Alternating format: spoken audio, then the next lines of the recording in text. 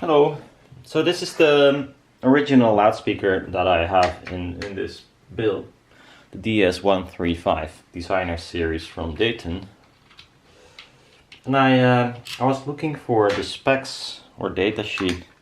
Then I noticed they got an aluminum coned version now. They didn't have that 2 years ago, I believe. At least when I bought these. I'm not sure when that was. So yeah, I'm gonna replace them. I did a measurement up close from this version, and we'll see which one is better. So this is the driver.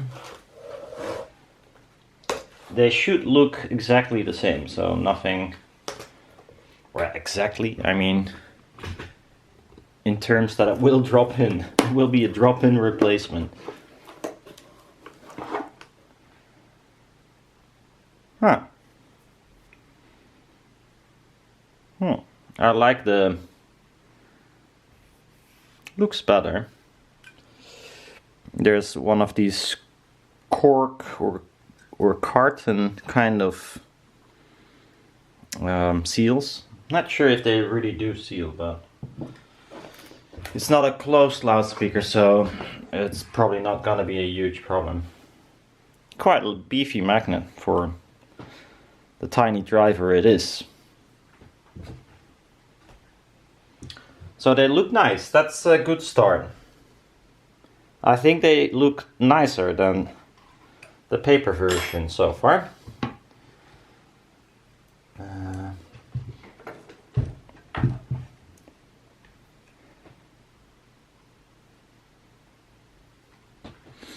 Normally it would be, there it is. Would be nice to have this. So I'm just gonna desolder this one.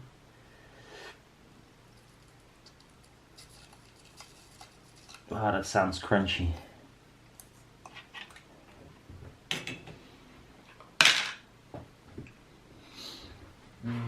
I'll drop it over here.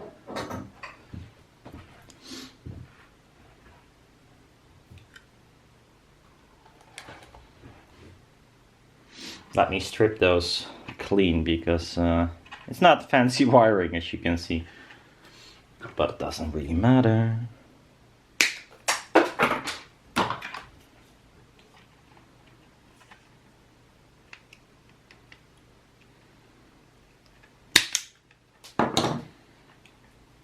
I hated these kind of strippers, but by now I kind of like them actually.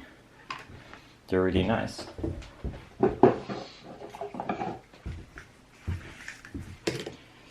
Ba-da-ba-ba-da-da-da-ba.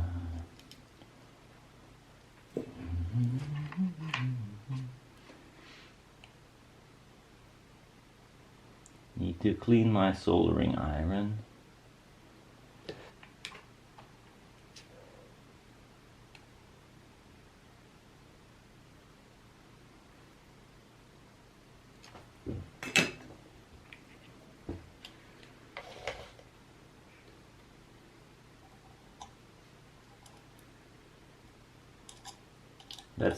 Let's install the wires correct in the correct polarity. That would be nice. I could use those clamps, but I don't own those clamps. I don't have those clamps, so it's gonna be a solder connection. Oh, that's annoying. The magnet is magnetic.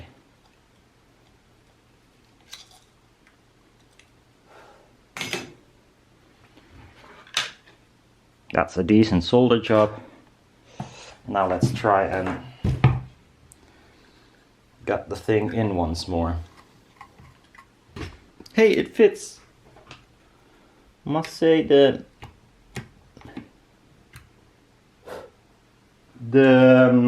seal is not perfectly aligned in the basket.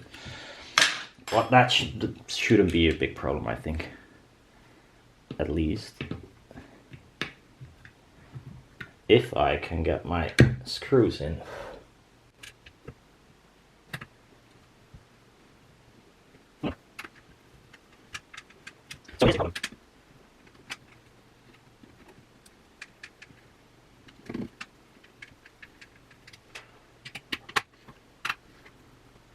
No, it's not. It's gonna be fine. They look nice and simple.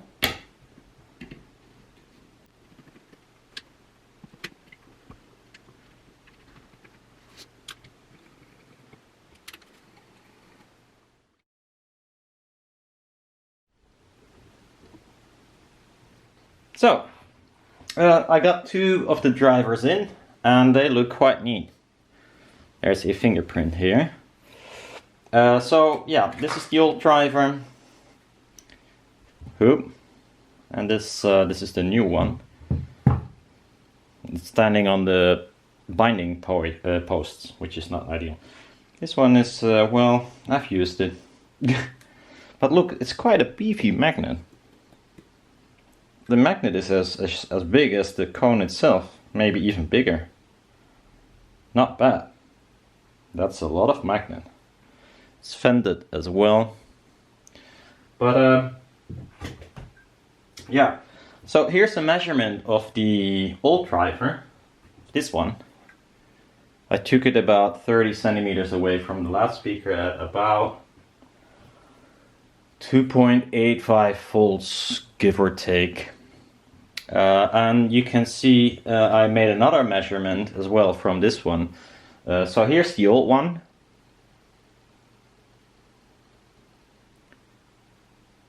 And here's the new one. Few things that are quite noticeable is that the new one extends further and has a kind of minor roll off.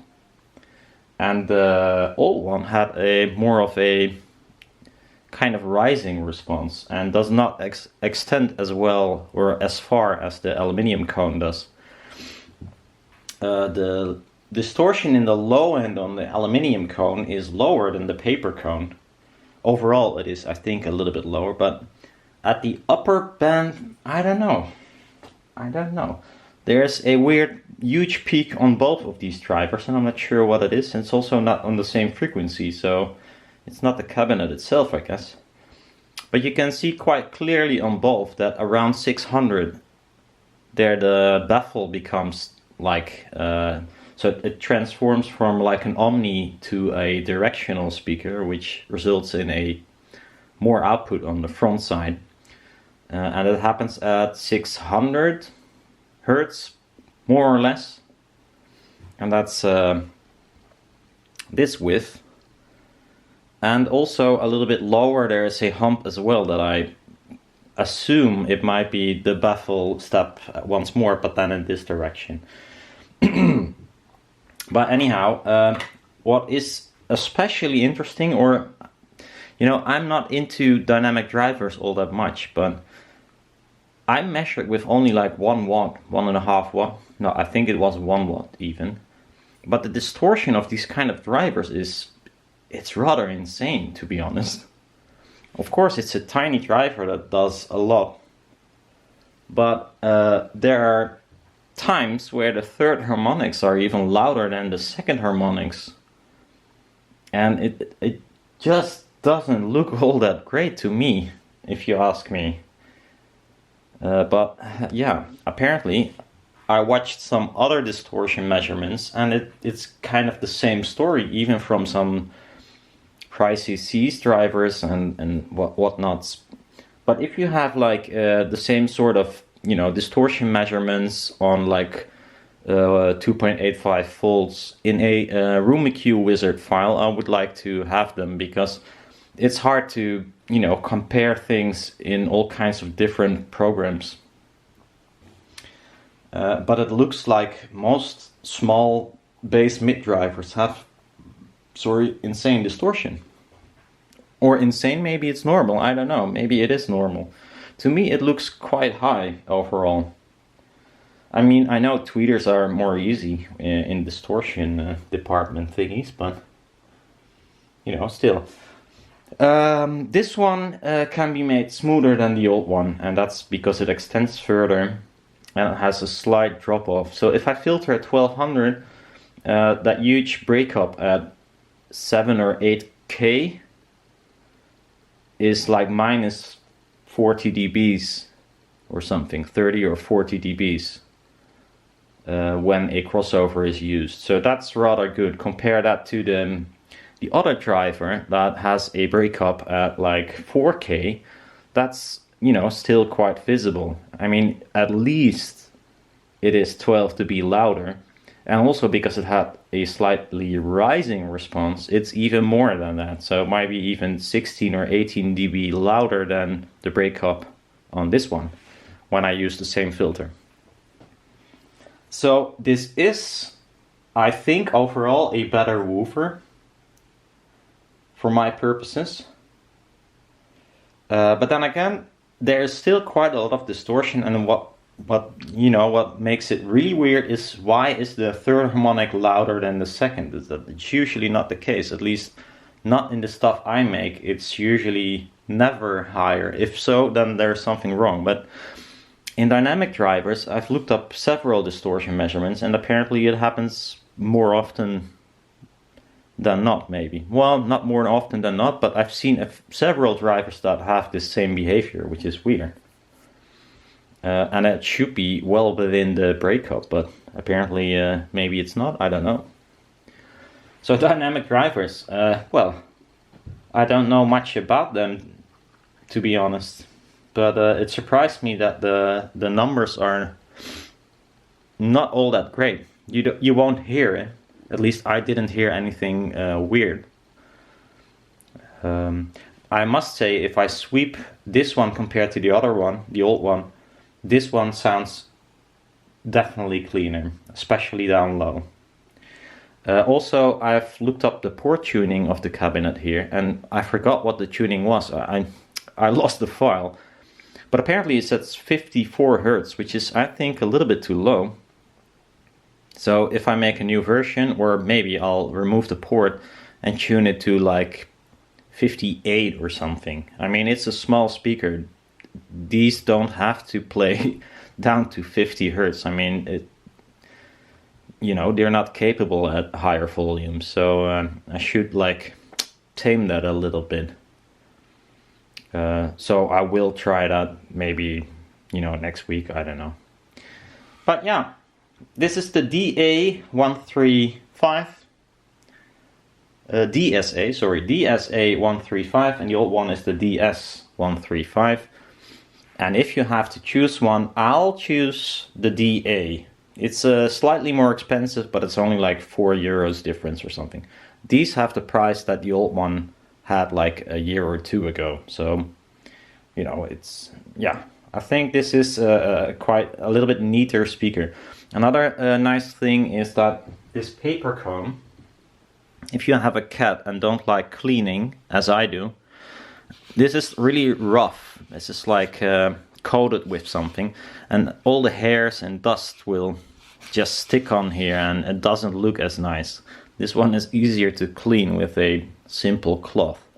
Don't push it in or, go bananas on them. This one is easier to clean with a cloth than the old driver. And maybe for some that is interesting, I don't know. It's nice if it looks nice, or at least if you're able to make it look nice once more. Yeah.